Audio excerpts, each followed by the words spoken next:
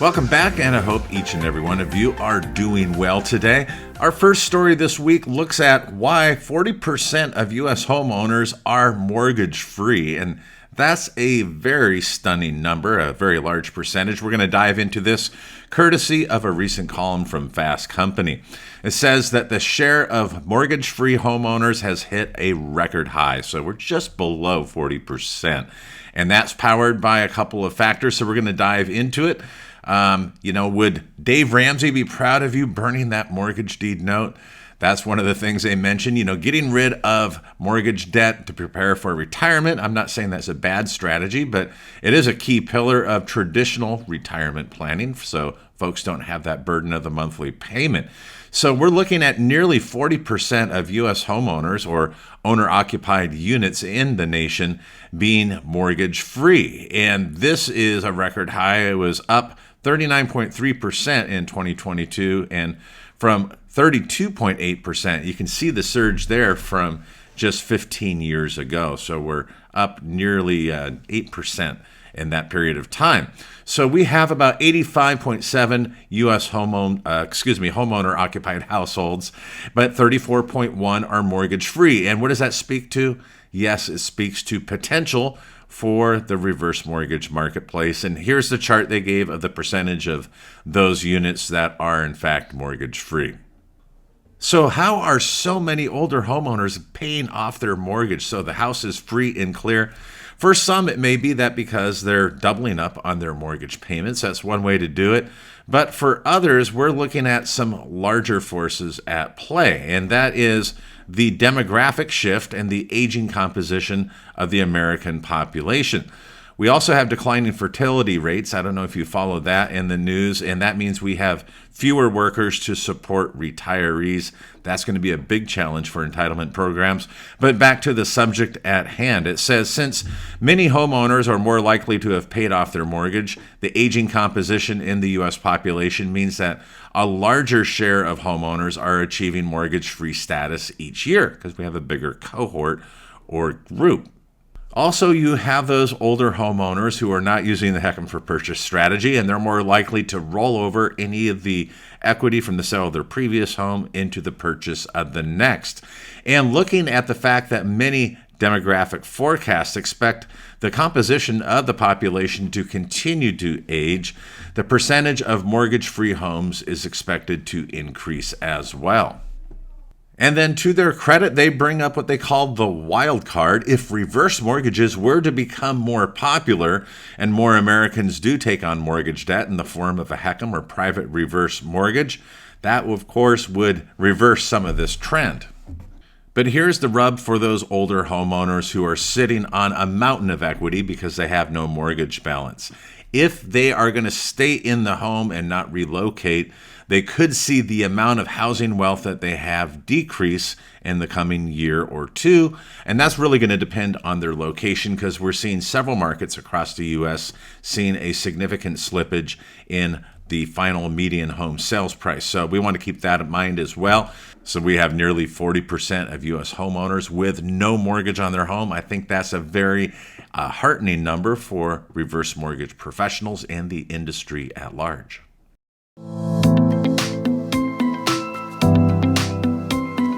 It appears that the U.S. housing market has officially flipped in many regions or metros across the nation, especially when it comes to new home sales. We're going to dive into a recent press release from the Department of Housing and Urban Development, and these are looking at new residential sales for June of 2025.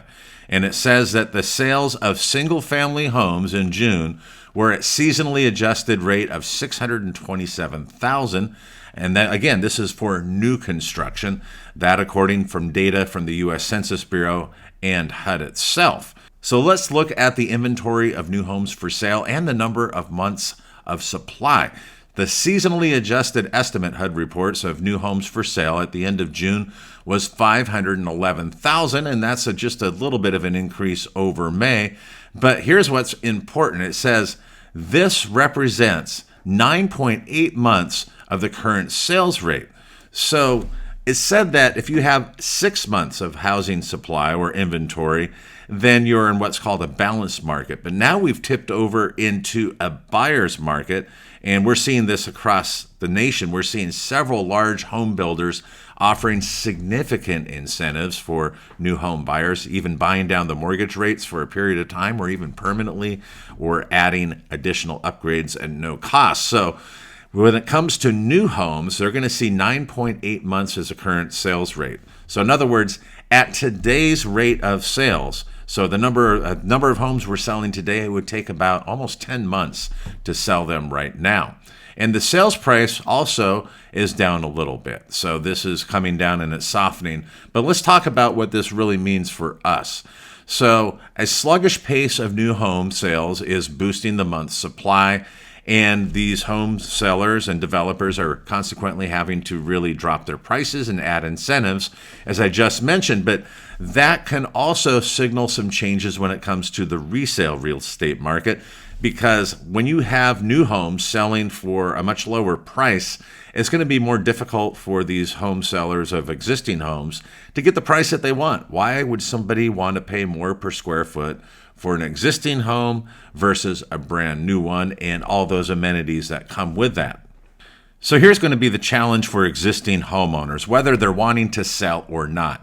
When you see that the price and the sale price is the most important metric of new homes is coming down, and we're also seeing the volume of new home sales dropping precipitously, then that's going to apply pressure to these existing home sellers. So one, for those that do look to sell, they're going to have to price their home at a reasonable rate. They can't put their home at 2022 prices at 2025 interest rates and expect that home to sell quickly. It's going to sit there and rot on the listing for many days, if not months, and they'll probably end up making multiple price cuts.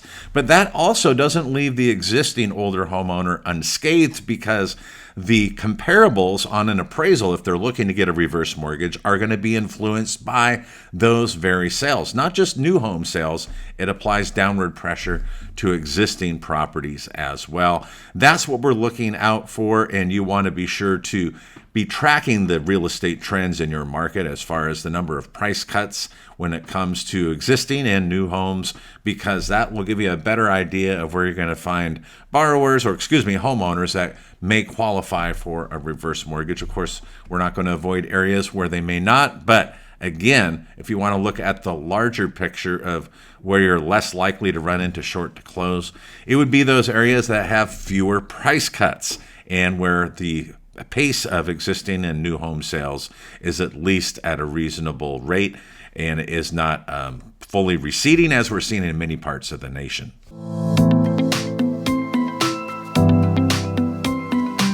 And in our last story, we're going to look at something that I think is very key to at least prospecting when it comes to reverse mortgage lending. And it is the areas where seniors and retirees are more likely to outlive their savings. Why is that? We're going to dive into this recent column from Seniorly. It says that older Americans in 41 states, including Washington, D.C., are projected to outlive their retirement savings and face an average shortfall between their needs and what needs to be paid for of $115,000. Where is this happening and why? Essentially, it's location, where an individual decides to retire. And there are many reasons why people are going to stay put or relocate. But if you are in a high-cost area, you're going to be much more challenged to have your retirement dollars stretched long enough. And then, of course, there's increasing life expectancies. It says that more than half of Gen Xers, and that is our next frontier of reverse mortgage lending, and 40% of baby boomers expect to outlive their savings. There's not going to be enough butter to cover the toast. And here is the breakdown of the survey. It says one is very concerned that they're going to outlive their savings. For Gen Z, that is 51%. That's significant. Then you have millennials, followed by Gen X and baby boomers. So let's look at some of the areas and cities where this is happening. So here is the map of where seniors have enough to cover retirement, and the dark red is not good. That means they're going to be more cost challenged in those areas. And then if you move into the blue, this is where it's more advantageous to retire. Now, I was born in Washington State and lived there for a number of years, and I see it today as very expensive, so I was very shocked to see that as one of the better areas that one can retire. But let's dive into the details a little bit for both sides of the coin, the states that are more and less expensive. So the states that are least affordable to retire in, and this is not going to come as a shock to many of you, are New York and Hawaii, and also Washington, D.C. They have the largest shortfalls due to high expenses that often exceed even the incomes in those areas. So when it comes to New York, the typical senior is going to have a shortfall of nearly $500,000, $448,000 between the expenses they need to cover during their non-working years and their income from investments, retirement savings, and Social Security. But Washington State, why are they one of the best places to retire? Much of that result is driven by income. Yes, Washington State has a very high median income, and also Utah and Montana have a similar trend, but they have a little bit of a less of a cushion because it's hard to pull in the money in Utah and Montana that you would perhaps in the Seattle area. Then we have longevity. Of course, individuals are living longer. That means more long-term care is going to be needed, and that's going to also apply pressure. So if you have areas with very limited or very expensive medical care, that is also going to impact the longevity of those sustainable retirement withdrawals.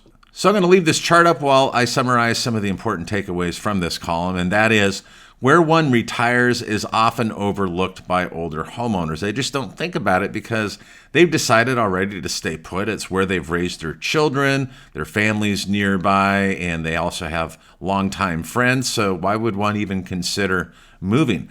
Well, many retirees might want to consider that if they have a significant shortfall. Also, the cost of living varies widely within a state. For example, where I lived in Western Washington, just south of Seattle, the cost of living is much higher than it is in Eastern Washington. In cities such as Spokane or Ellensburg, they're smaller areas. Spokane's a substantial suburban and city area, but again, it has a lower cost of living than it does when you get over to the coastal area in the cities such as Seattle, Tacoma, and Olympia.